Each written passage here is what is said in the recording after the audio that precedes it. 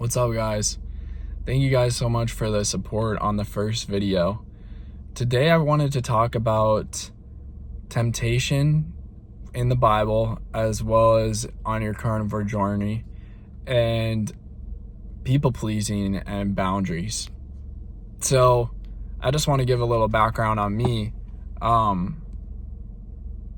never really was raised in a household that really taught the benefits of boundaries, as I think many people aren't. And so they have to learn these things over time, and especially for Christians and just kind people in general. I had a tough time learning all of these rules. So I had a lot of relationships growing up. I was friends with a lot of people. I was very friendly to a lot of people. I was always just kind of a nice kid, and I always followed the rules and things like that. And so that's all good and well. However, the Bible warns us against giving our energy to those who don't necessarily reciprocate it. And Jesus, in fact, says, love your neighbor as yourself. And one person comes up to Jesus and asks, who's defined as a neighbor? And he gives a parable in order to show that the one who's a neighbor is the one who shows mercy to you. And so I think that that's a common misconception, is that I think as Christians, some of us can take on this benevolence to the not the positive of not benefiting our spiritual growth, and actually can hinder us as well as our physical growth and everything. And so Jesus definitely was someone of boundaries. He rebuked people. He even said, how long must I be with this faithless generation? I mean, when people think about Jesus, they think about the love and the kindness that he shows, but he also showed extreme boundaries with people who didn't reciprocate that. And that's the famous example is him, going into the church and flipping over the money changers there. But anyway, that's besides the point. Anyways, so the core tenet is that as Christians, I think we believe that most people can run over us. And it is true that Jesus said, if you are turn the other cheek, and if someone steals your coat, go the extra mile, all of that stuff. However, I think that you get into tricky scenarios when you try and apply that with people who aren't reciprocating your grace or mercy, at least in the slightest. And yes, we should be patient with each other and we should be kind to each other. But what I've learned over time is that people pleasing is not a form of kindness. In fact, it can be a form of destruction to yourself. It can be a form of self-harm. So I really want to talk about that in relation to your diet. So along the way with this carnivore journey, many people are going to tempt you, and they're going to say things like you can die, and which is not true. That is all a lie. And just, oh, you should live. You're young, and so you should live and you should enjoy yourself. And it says that in the Bible multiple times. It warns against that, to flee away from storing up that storehouse of let us all drink wine today. Let us all have pleasure today, so that tomorrow we don't have to work. And the parable about the rich man that Jesus said of storing up your storehouse, he was a fool. The rich man was a fool to store up his storehouse, because we don't know what is going to come tomorrow, as Jesus says. Anyways, these are all thoughts of the evil one, of temptation that linger in your head and want you to go back to the way things are. And sometimes you will listen to those things, and that's okay. And you'll get on the right path tomorrow and stuff. But I just wanted to say that you're not putting anybody's life in danger by doing this diet. You're only benefiting yourself. And so along the way, you're going to anger people and probably make enemies with people along the way just for taking care of yourself. And so I wanted to say that that's actually approved by the gospel. You shouldn't just people please everybody and say that, oh, because this person disapproves of this, then I'll stop doing carnivore. Like, no, that's not the way that Jesus and the gospel taught us. So, and even in the Old Testament as well. Okay. So temptation, we talked about boundaries and kind of people pleasing. Okay. Now I want to go along this side. So, I mean, carnivore will take you on a lonely journey, as I said, and it will kind of estrange you from people, and most people won't understand what you're doing, and that's okay. They don't have to understand. Only you have to understand, and only you have to see the benefits within yourself. And just Christianity in general, I think, takes you on a lonely journey as well.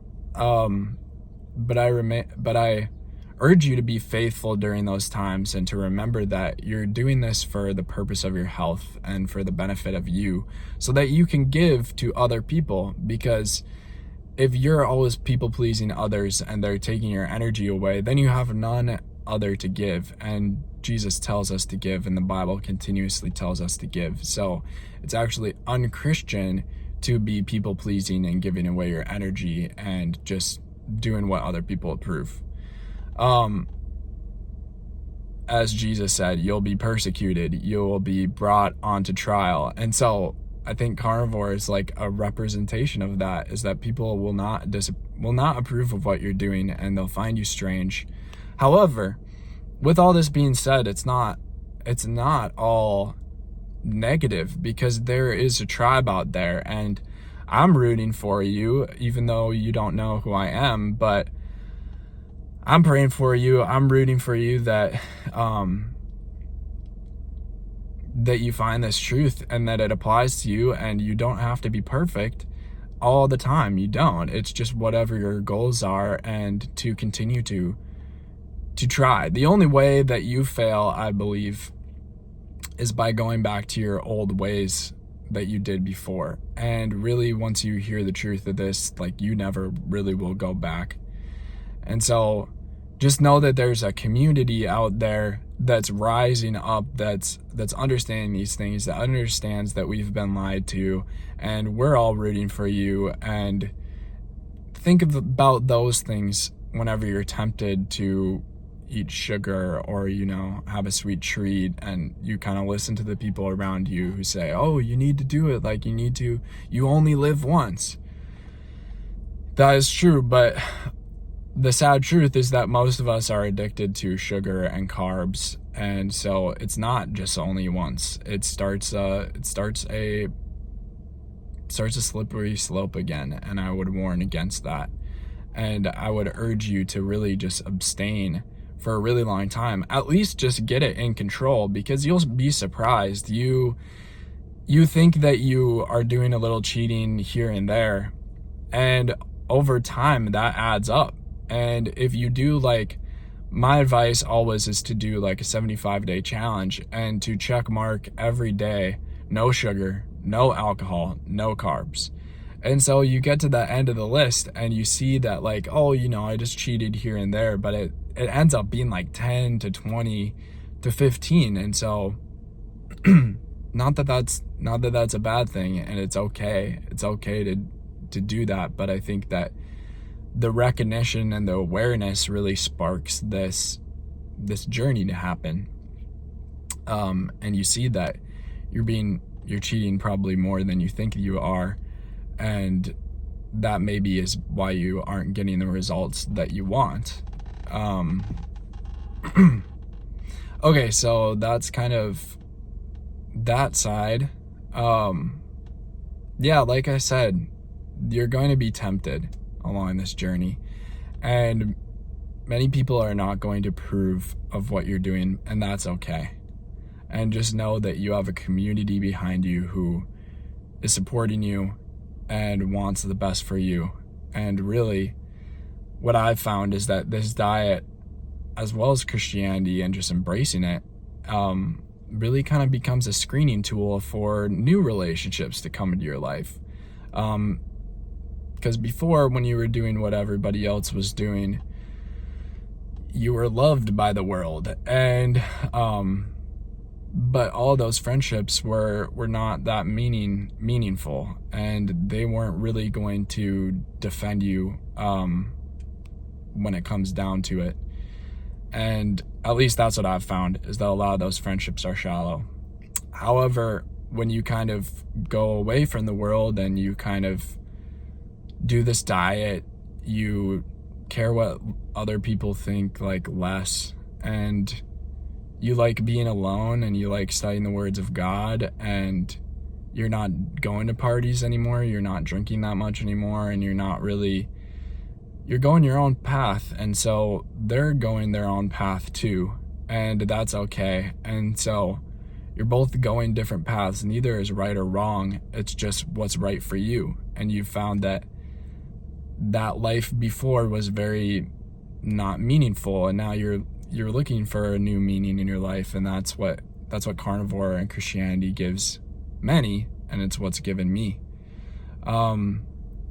So yeah, guys, I think this is just like a check-in to be like faithful, and to realize that temptation on the journey is natural, and to not be afraid of it, because the only time you fail, the only time you're really tempted, is if you go back to your old ways. And really, I think 9 times out of 10 of people who have tried this, as well as myself, they never go back to their old ways. And it's a continuous journey, and I urge you guys to stay strong and reach out to me if you have any questions. And please continue to fill up the comments with just love and positivity, and so that we can make this like an inclusive community. That's all I want.